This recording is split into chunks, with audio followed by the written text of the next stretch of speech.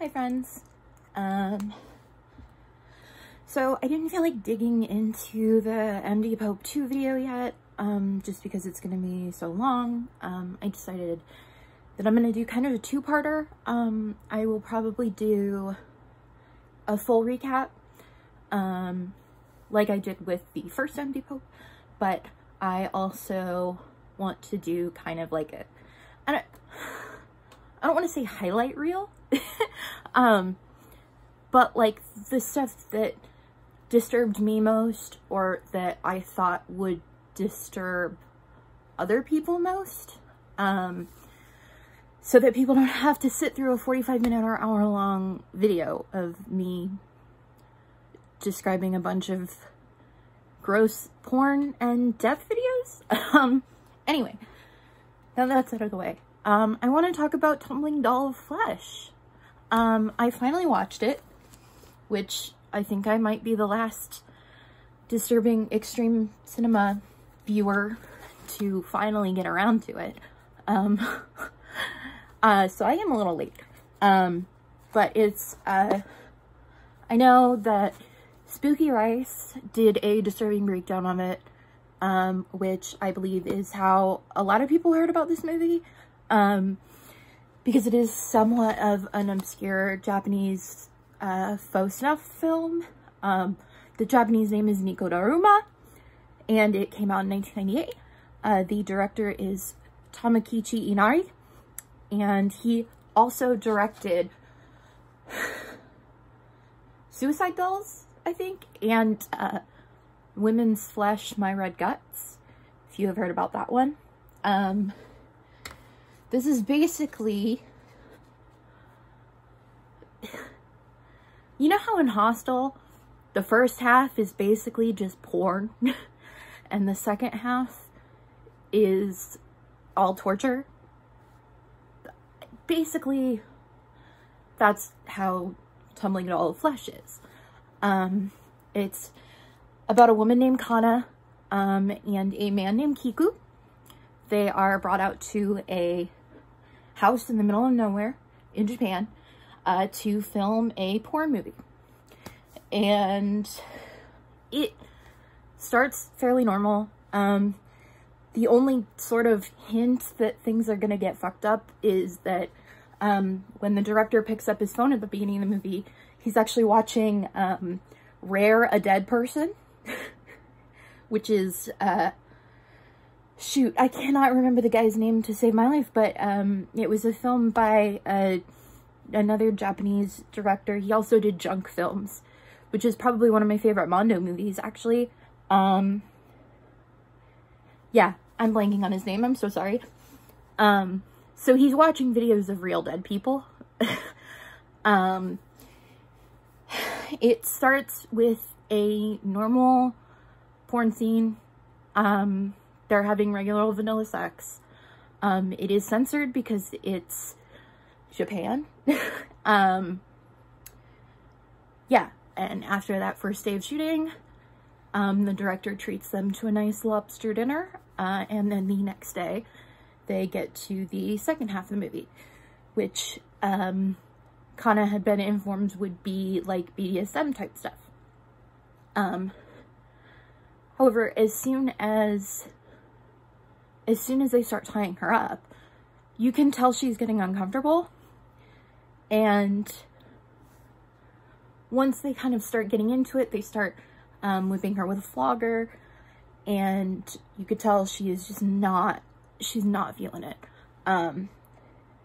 They spring anal on her out of nowhere, and she's begging them not to do it, and they continue to do it. Same with spilling, pouring hot wax on her, and they start trying to give her an enema, and she stops the scene. She's saying, no, I'm done, I can't do this. And the way that the director and the camera person are, they're trying to coerce her and push her into finishing the shoot, which she's clearly she's telling them, no, I don't want to do it anymore. I'm done. And they're like, fine. Okay. And after they talk to her, they decide they're going to let her go home. As she's at the door putting her shoes on, the director comes up behind her and hits her with a baseball bat. And this is where we transition into the torture segment.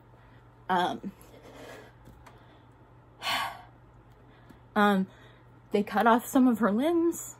She's awake for most of this. When she is unconscious, they have Kiku rape her.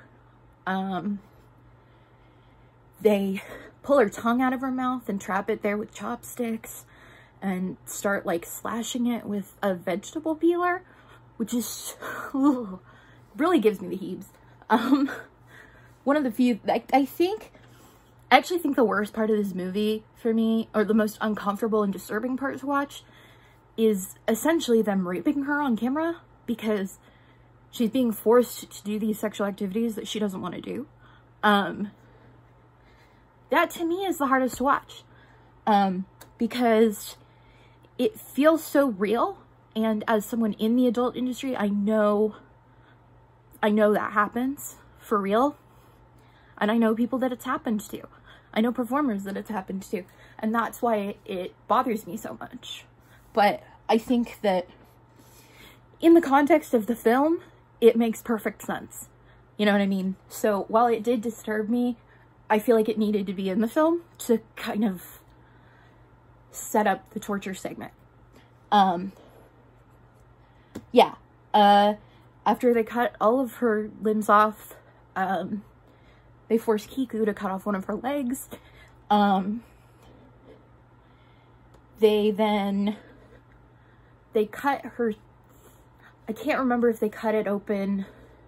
I think they cut her open long ways, and they force Kiku to have sex with the wound, which he does. I think at that point, Kiku is very much like, well, if I don't do this, they're gonna do this thing, they're gonna kill me. So he's coerced into doing it, and he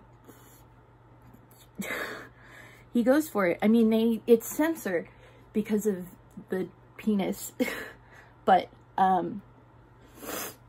yeah, it's fully shown him like thrusting into her open guts, and then when he ejaculates, it's like,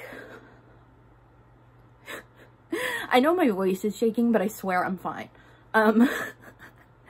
It's more the like discomfort with saying the words, but yeah, like it's just like blood and cum, and then they hit him and they kill him because they got their movie now.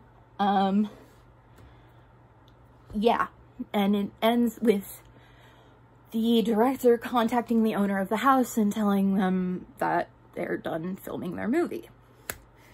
And I believe we're meant to infer that the directors are making snuff movies for these rich fetishists,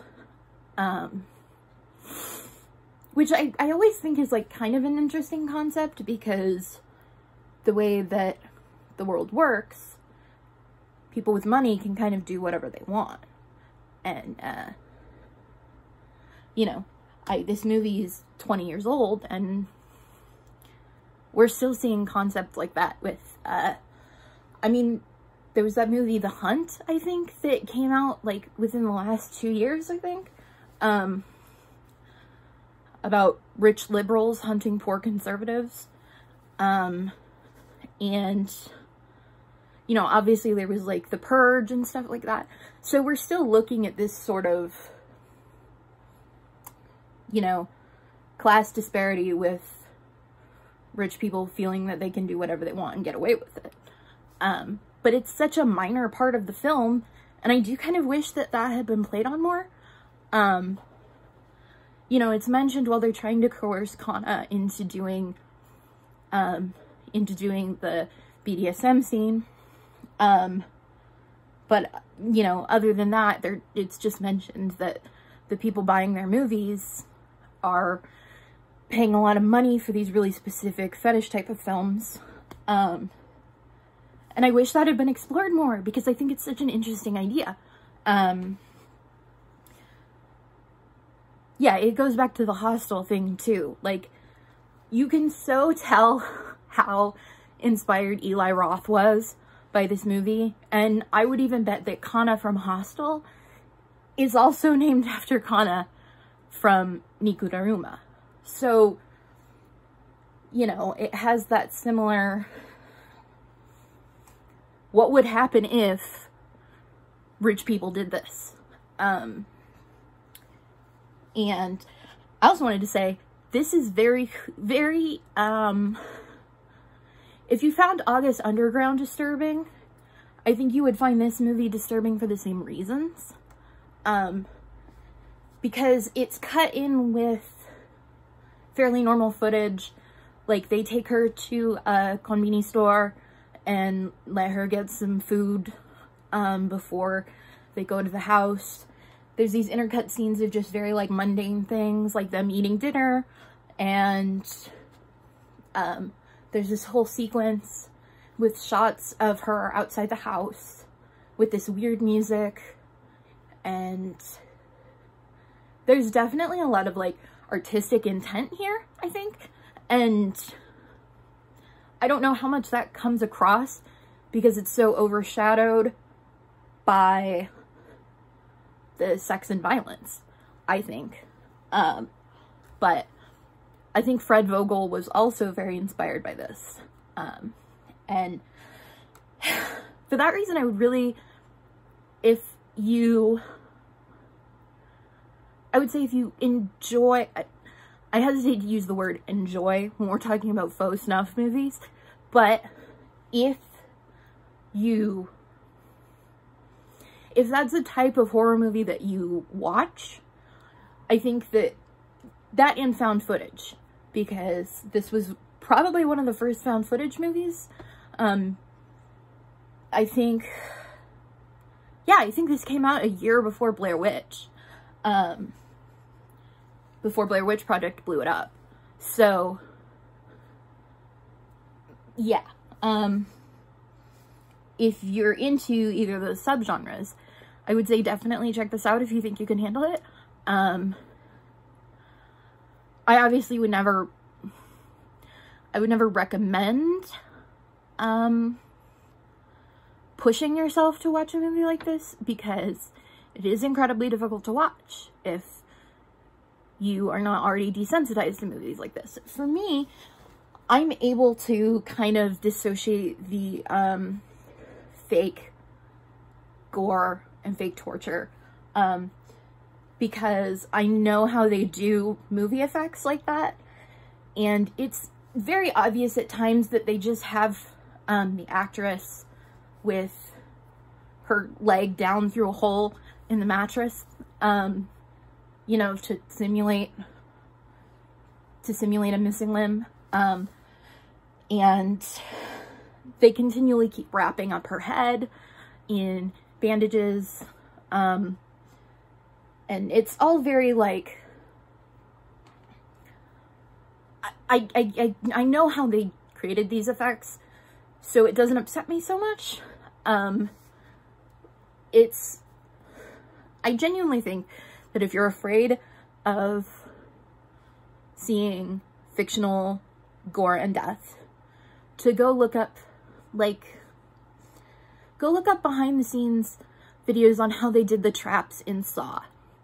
Like, most of those traps are functional in that they close the way they're supposed to or open the way they're supposed to, but all the actual gore and death is fake.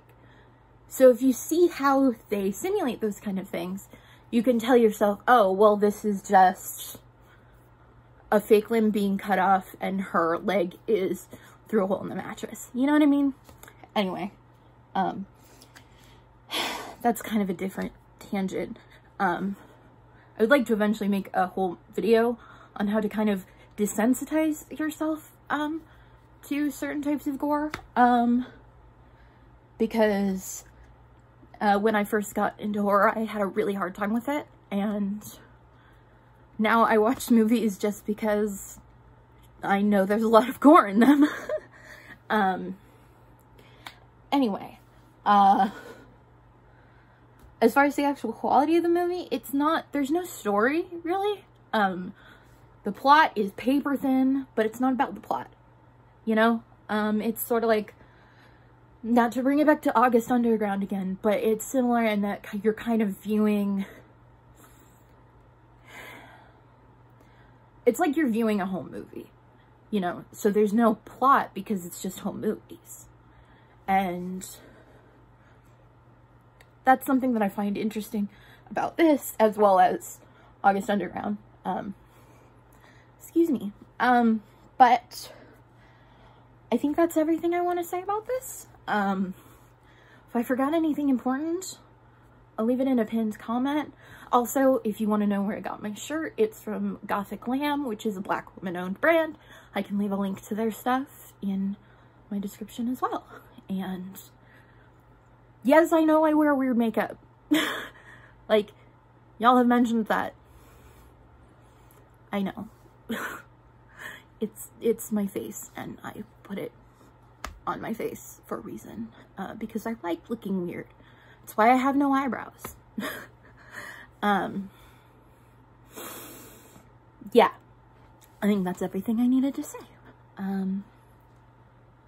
I want to do more videos like this, so yeah, I guess stay tuned for that. I'm gonna try to get a video out every week, I think. I've never had a YouTube posting schedule, so I'm gonna see what I can do, because I like doing videos like this. I love talking about horror movies. And yeah, so I will do more horror movie videos. I will do more mixtape videos. And I might do some makeup videos, because that's another thing that I like. And I may also do some music videos. Because, as we can see, I listen to a lot of industrial and metal music. And I love talking about that too. So, anyway, now I'm just repeating myself. I'm gonna wrap it up. Thank you for watching. You can like or subscribe if you want. Or don't. I'm just happy you're here. Thank you for watching.